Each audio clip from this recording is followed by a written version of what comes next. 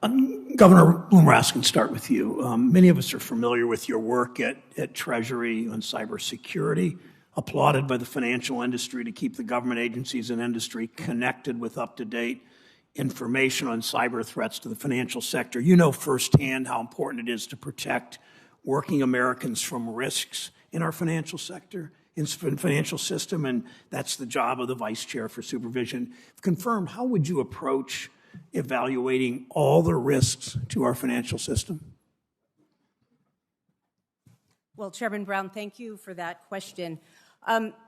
Banking regulators are centrally concerned with the management of risk in the banking system, which we know over the course of American history has been subject to numerous shocks and crises. So whatever the risk, whether we're talking about the risks of cyber attacks, whether we're talking about the risks that come from climate-related extreme weather events, the job of the banking regulators is to make sure that the banking system has appropriately accounted for these risks and is prepared to mitigate them.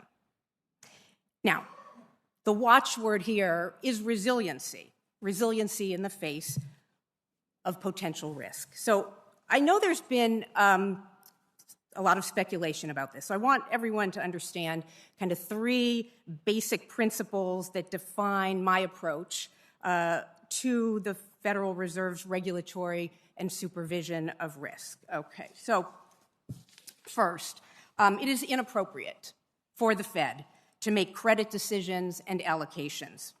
Banks choose their borrowers, not the Fed. It's inappropriate for the Fed to choose winners and losers. Doing so is not the proper institutional role of the Fed. That's a cardinal principle of Fed supervision. Second, regulation is best achieved when it is collaborative. My practice is to bring all interested parties and experts to the table and to listen carefully before making consequential regulatory decisions. This approach has been my hallmark since my time as the Maryland Commissioner of Financial Regulation, and it has been the crux of my effectiveness as a regulator. Third, supervisory and regulatory actions must always stay within the bounds of the law. They must stay within the bounds of the Fed's authority as Congress has set forth. All actions have to stay within the Fed's statutory mandates. I understand Congress's strictures and authorities and have always acted within them.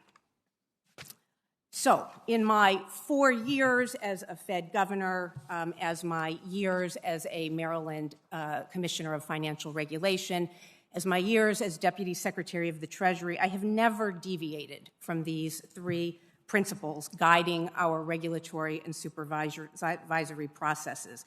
And I can't think, really, of a single moment when anyone would accuse me of having deviated from them. Again, I know them, I understand the role, I understand the law.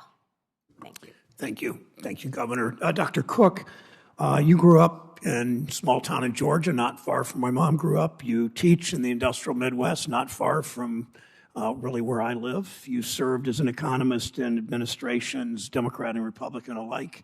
How has that shaped your view of monetary policy? And as you answer that, tell us how the Fed can create conditions for investment in good local jobs.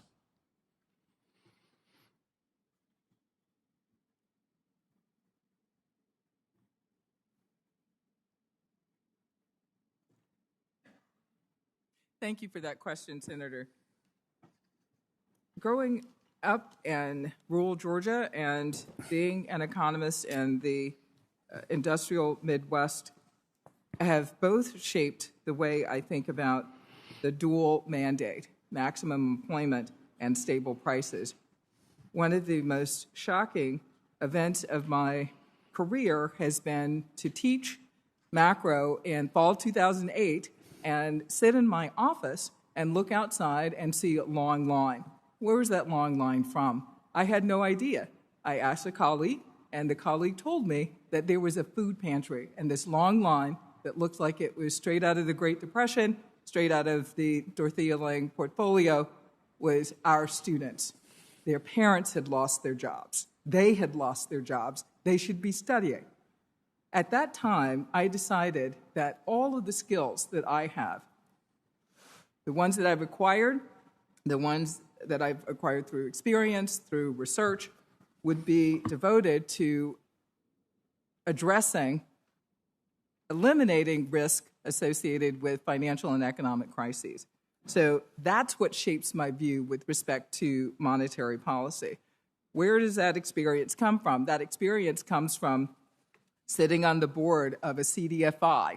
It comes from sitting on the board of directors of the Federal Reserve Bank of Chicago. It comes from interacting with firms and businesses and everyday people throughout the Midwest.